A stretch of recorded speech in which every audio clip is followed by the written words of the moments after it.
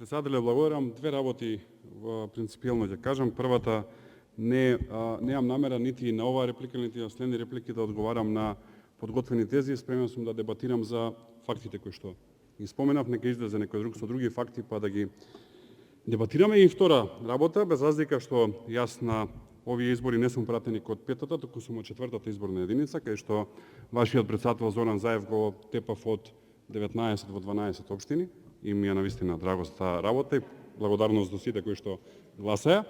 Сакам да ви кажам нешто искрено, отворено и принципиелно.